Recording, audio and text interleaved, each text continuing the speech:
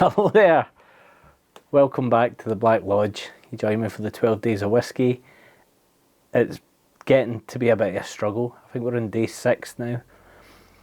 We've got 6 more to go, a week until Christmas, counting down fast and hard, but I do appreciate you guys spending a little bit of time with me during the festivities. Tonight I was thinking, like, what am I going to put out? I don't have any plan. I've got stuff planned for a few of the days, but tonight was just like a blank canvas. And I tried, there was a million different ideas and thoughts, but time and effort, and I'm on a clock. I'm trying to just get these out, but I don't want to put them out for the sake of putting them out. I don't want to just make content for the sake of making content. I want there to be a value in it.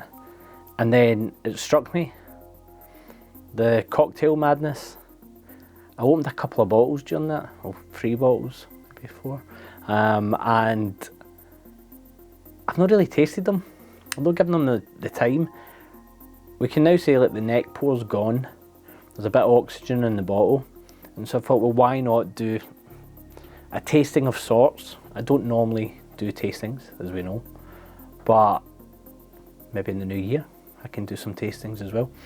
So I figured, let's just do that. You can kind of see, you can kind of see what we're going here, but if you watch the cocktail video, which should pop up, if you've not, go and have a watch. It was an adventure. It was a lot longer than I expected it to be, and I made some questionable choices, let's put it that way, but it's whiskey, it's meant to be drank. So anyway, let's get into it. I'm going to do this in kind of ranking order of proof, and so for the first one off the bat, we're going to go here. It is, of course, the Macallan. Let me see if I can get that. There you go, the Macallan. What is it? A night on Earth in Scotland, with the very elaborate packaging. As you can see, all that I used was what I did for the cocktail. I thought I'd give you a wee peek, other side. Like, well, you don't normally see this area here. I probably should have tidied it up a bit, but it is what it is. But every time I'm talking here, I'm so used to talking that way, I'm now talking here. So Night on Earth in Scotland, collaboration with Erica Dawn. The whole idea around this is Hogmanay, Scottish New Year, which Hogmanay itself is the 31st of December, then you have New Year's Day. And then you're also off on the 2nd in Scotland, whereas in England, for some unknown, hellish reason, you have to work on the 2nd of January. And it just feels so wrong as a Scottish person to work on that day. Anyway, the back here is talking about the bakery and the smells of shortbread and all this kind of stuff happening, which maybe it does in Speyside. It doesn't in the East End of Glasgow. You just buy it at the shop. The nose is supposedly vanilla, butter-rich baked almonds. The taste, soft, velvety sweetness reminiscent of shortbread, with a rich mouth coating, vanilla sweetness, oranges, dried oranges, fig and cinnamon, and then a medium finish with sweet butterscotch and freshly baked biscuits. Right, so that all sounds good. Really, if you're getting that, fantastic. These were in hot demand. It's no for me. When they first came out, and they were flipping for mad money and everything was going on. You can now pick these up pretty easily, and I think there's 2 or 3 in the collection now. I stopped at this one. I'm just noticing milk marks on me from my daughter, so I do apologise if it's on camera. Right, we need a glass. What have we got? Glencairn. That's where I get the glasses from. I get glasses up here and I get glasses down there. In case you ever see me go off camera, that's where I get them. Oh. So yeah, this is a series. Macallan gets lambasted by a lot of people, and I think in some respects it's fair. they have flown very close to the sun with the whisky consumer, and it is very much seen as a commodity. You can pick up Macallan from other sources at a far more affordable price. However, we're not here to critique that. We're just going to taste the whisky and see how it goes. Do you get orange on the nose? Doesn't say you should get orange, but you do get a bit of citrus. Orange, yellow fruit.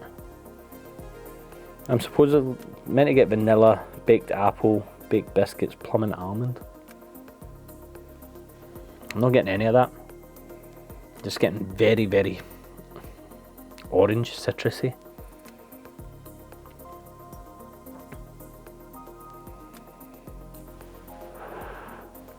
If you ever see me do that, it just resets my nose. Bit of Terry's chocolate orange. Now this is bottled at 40% proof, so it's not going to be anything spectacular. I think if you're coming to this from a Macallan point of view and you're used to sherried Macallan or bourbon Macallan, you're going to be not disappointed, but you wouldn't pick this out as a Macallan.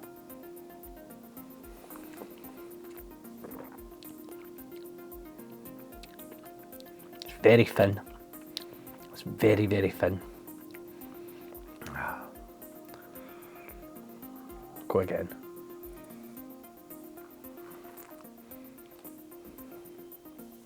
That was a decent measure I pulled as well. I don't like that. It's quite cloying. It's very dry. If I'm going to be honest, it tastes cheap. Doesn't it taste very good at all? And I try and be very fair, and if I don't have something nice to say, I tend not to say it. But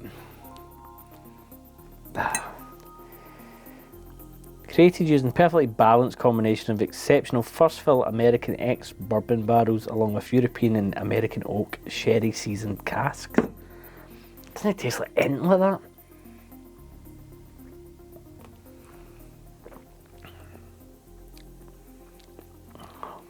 Nah, I don't like that at all.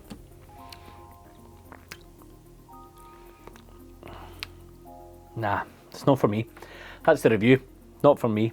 If you like orangey smelling whiskey that's quite dry on the finish, and I'm reading about this medium finish with sweet butterscotch, I'm getting nothing sweet. It could be my palate, but I don't think so. I had a Guinness. I've got that much Guinness left. That's all I've had to drink.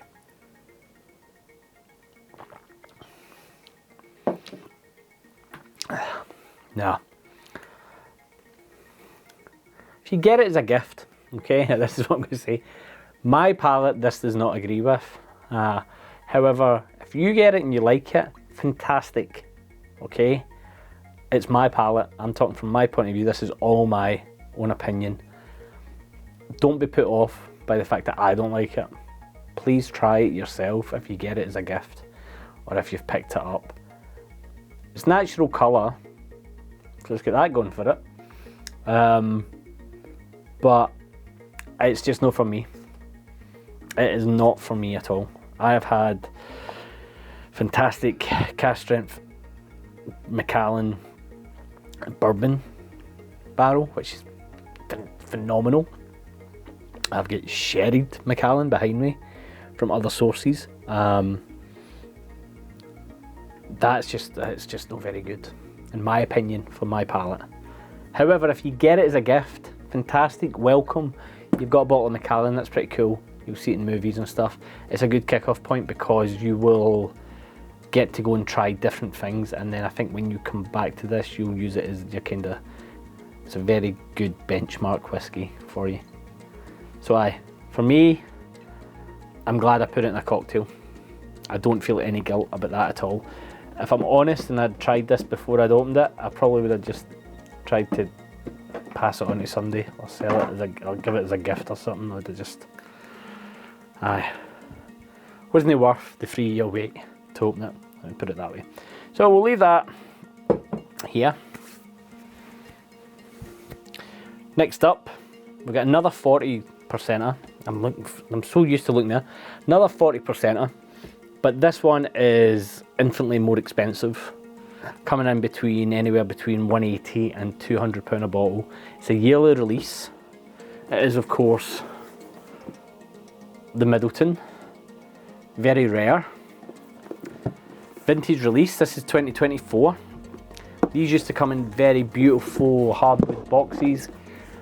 They're now nice boxes, but they're now cardboard. They do have some magnets in it, so that you can, it stays shut. Opens up like that, and then you get, where is it? Apparently you get a handwritten, or you get a certificate of authenticity with it. Let me just write that there now, like so. And it's just a piece of cardboard that's mass produced. It's a little bit disappointing, to be honest. This is to certify that I, Kevin O'Gorman, Master Distiller of the Midleton Distillery, County Cork, Ireland, have hand selected the finest and rarest whiskies to create this bottle of Midleton Very Rare. Only a limited number of bottles of this unique Irish whisky vintage are released each year. Wow. Buzzing. And the bottle number on this is 32,081. Limited. Up there with Game of Thrones Limited. However, I'm not giving it a hard time. It's just funny when you get that spiel. Now these are as old as I am. These came out in 1984. So the 40-year-old came out this year, and I was like to my wife, oh, fancy getting me it. Thousands and thousands of pounds. Where I find it funny is, it's obviously Midleton Distillery in County Cork. That's where they make Jameson, Redbreast and stuff like that. And they do other variations of the Midleton brand. You get Barry Crockett, and then you get some other ones that are about trees or something like that. I don't know if it's the oak, they use the wood.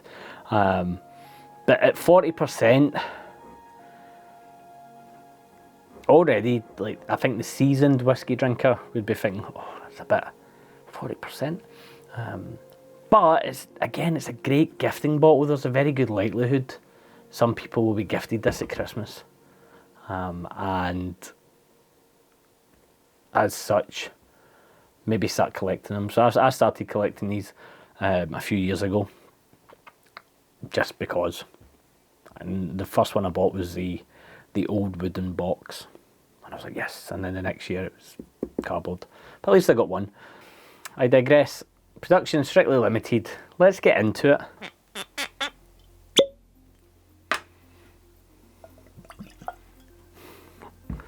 Did I learn my lesson compared to the last one? Right, I'm going to stick this. Yeah. Quite green in here now. Not sure why. Let me see. Everything's a wee bit green tinged on the camera. On the nose, infinitely better. Infinitely better. That's pleasant. I'm trying to place it. There's a lightness to it, but there's a depth, and there's... I hate using the term vanilla but there's a light kind of whippedness to it, if that makes sense.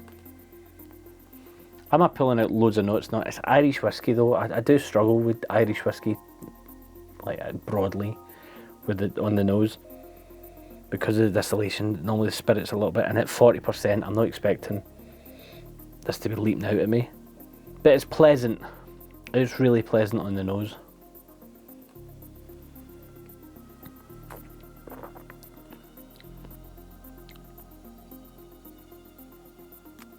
And it's really pleasant to drink, to be honest.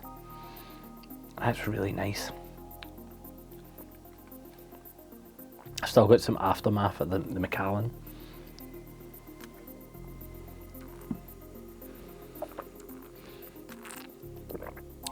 There's a body to it that surprises me compared for its 40% proof. There's enough there. There's a little bit of, a little bit of alcohol on the tongue. It's not a burn. There's something going on. There's a little bit of lingering palate. It's one of the reasons I don't do tastings, because my notes are terrible. Don't get me wrong, it's not meaty. It's light, it's fruity, but the fruit is very soft fruit. It's not a fruit bomb, it's not tropical or anything like that. I'm getting a little bit of dryness front of the palate that's there. It's probably from the casks. I don't know if it says what kind of casks they use. They just select the finest casks. No. And obviously because of this, it's, well, okay. Selected pot still and grain whiskies. It's the grain I'm getting. That's what will be coming through. There's no age statement on this for its price. The grain is what I think is giving me the dryness at the front. But it's just a lovely nose. Like, you could quite happily sit in that glass long enough. And if you were gifted it and you drank it, you'd have a great time. There's an inherent sweetness to it as well, which probably comes from the grain. Again, I've had Midleton whiskies in bars in Ireland and stuff like that, and I'm always shocked. I remember having it in Temple Bar, not the Temple Bar, but on Temple Bar. I was in a pub, and it was quite late. I think it was maybe like 1 in the morning, and they had a session going on, and thankfully I wasn't buying this round, and they said to me, what do you want? And I said, oh, try that Midleton. I think it was Barry Crockett. And I remember at that time, it'd been a long old day on the Guinness. The sweetness cutting right through on the palate. So that's what to expect from it. Is it its money? It's not for me to say. Let me put it that way. It's not for me to say. I don't think this is a whiskey that people buy bulk to rattle through and drink. This is in the same kind of wheelhouse, I would say, as Johnnie Walker Blue Label. It's a gifting whiskey. It's a whiskey for ceremony. The box and the wee spiel and all that, it lends credence and some weight to it. The way Johnnie Walker Blue, the heft of the bottle always surprised me, just how heavy that glass was, and just little finishing touches. And so that's why Johnnie Walker Blue is seen as a gift, like it's a gifting whiskey. And Midleton very rare, I would very much put in that bracket. However, is it nice to drink? Absolutely. It's very nice to drink. And I used a bottle of this for a charity tasting recently through my work. And I would say, I think we had like 14 people drinking, and 7 of them said this was their favourite on the night. And those 7 were, there was maybe 10 non-whiskey people, and 7 of those were in that 10, and they loved it, and they kept coming up, and the bottle went quite low supply. And the reason I'd picked that one was because A, it had the year on it, but B, I figured they would like it. I trusted it, and it delivered. So aye, just gets better in the glass, to be honest, on the nose. Compare and contrast.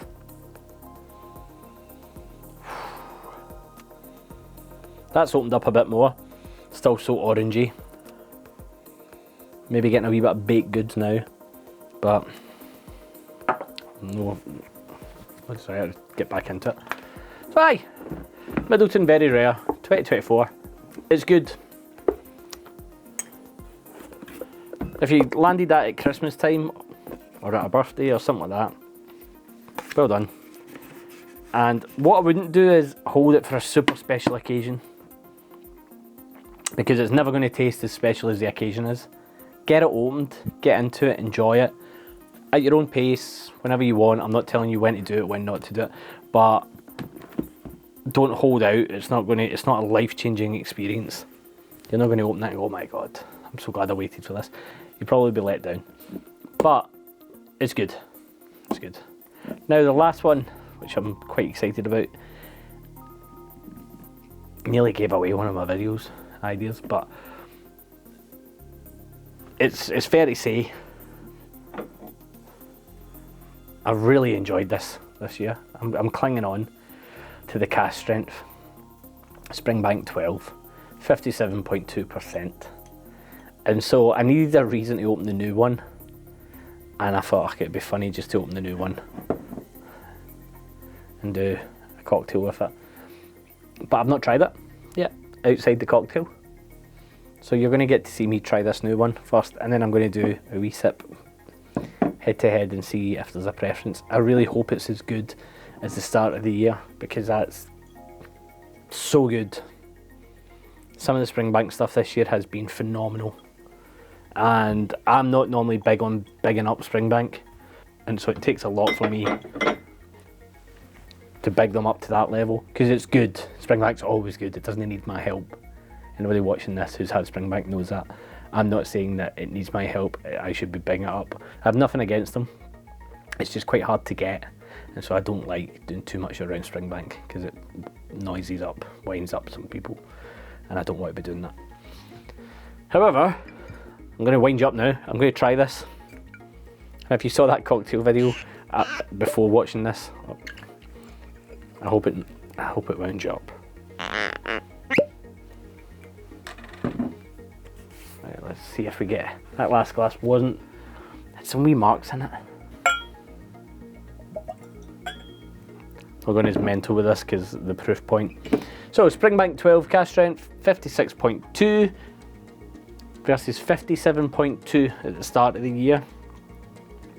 Again, flew off the shelves, always does. Popped up again. I think it popped up again on Royal Mile the other day. It's quite strange, but I didn't get any. This was a tough. I would say this batch, that batch, it was right time, right place. I picked up a couple of those, and I've got one spare somewhere, which I'm delighted about. So that's why I've been able to enjoy it. This one was really hard to get. I really struggled to get a hold of this.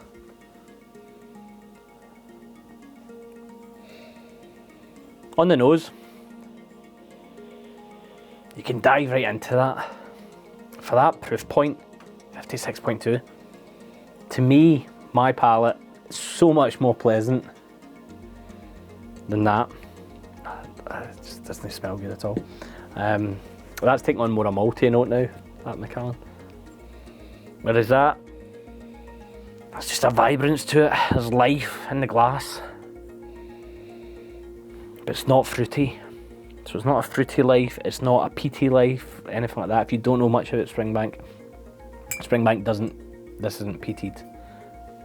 Long Row, one of their other brands, they do that.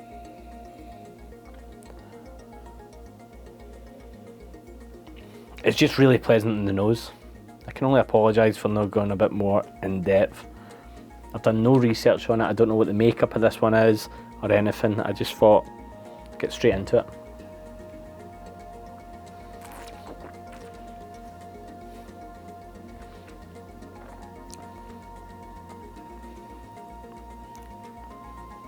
There's immediate heft, there's a weight, but with all good spirit, there's no burn. There's a warmth to it, there's no burn, there's no ethanol.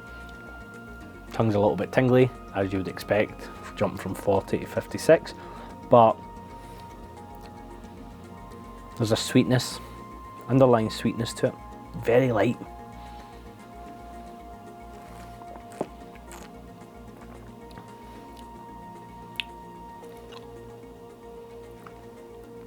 Boot polish, brown leather, black leather. Works it quite well, that wee box. Not as dry as the Macallan at all. The weight of it, the 56.2, means I'm not going to be able to drink this the way I was drinking the other two. I can feel it. That's that step up. It goes well with the Guinness. Goes really well with the Guinness.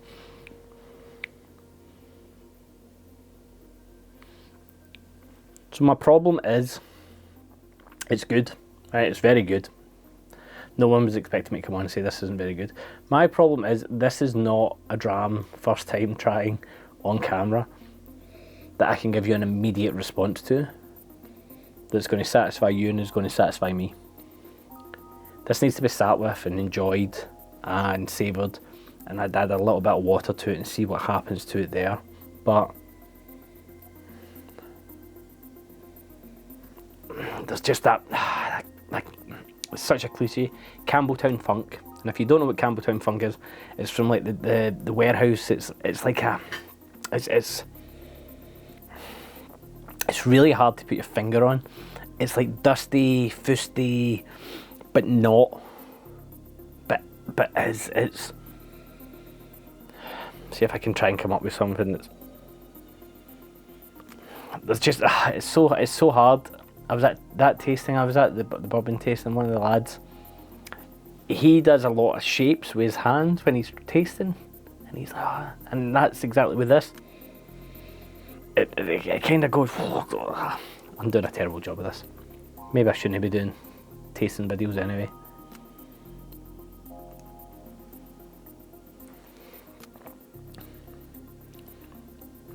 Hands down, it's the best dram I've had tonight.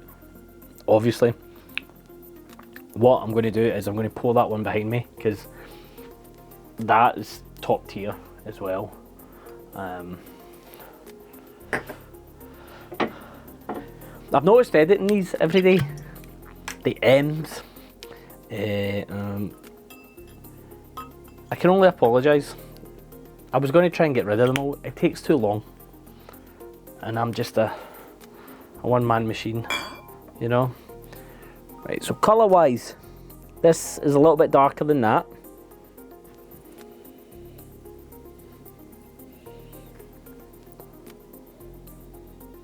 And remember, this is freshly opened. This has been opened a long time, so you're not going to get a like-for-like comparison. This is 1% higher than that.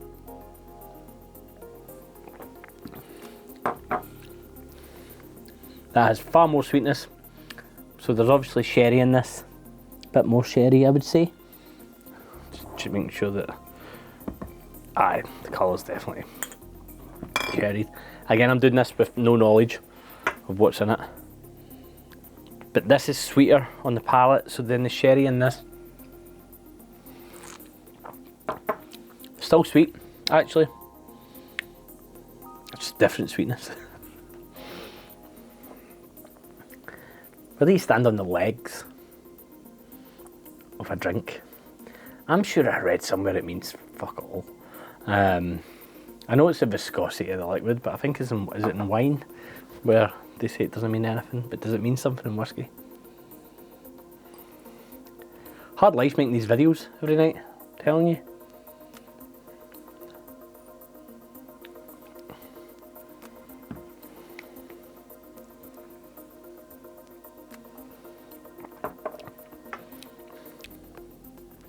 This is stronger by one.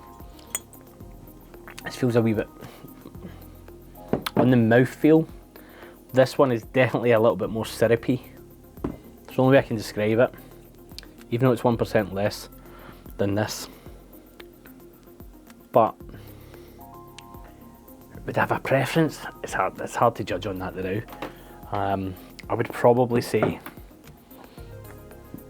excuse me. I would probably say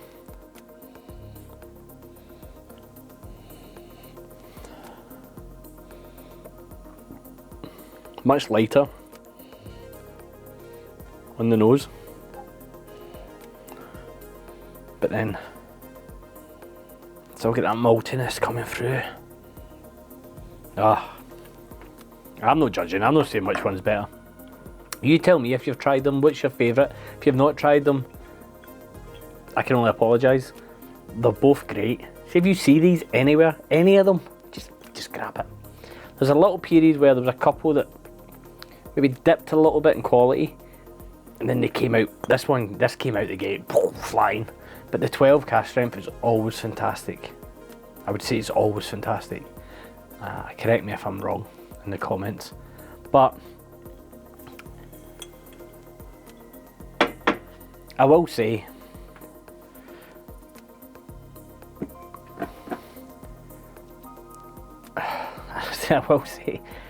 it's genuinely that's fantastic whiskey. That is fantastic whiskey on top of good whiskey, beside some whiskey from my palate. Please take all this as my point of view. I have no axe to grind with Macallan whatsoever. I admire what they do. I think the distillery's high up on my list of places to visit, but I just think that doesn't do it for me at all.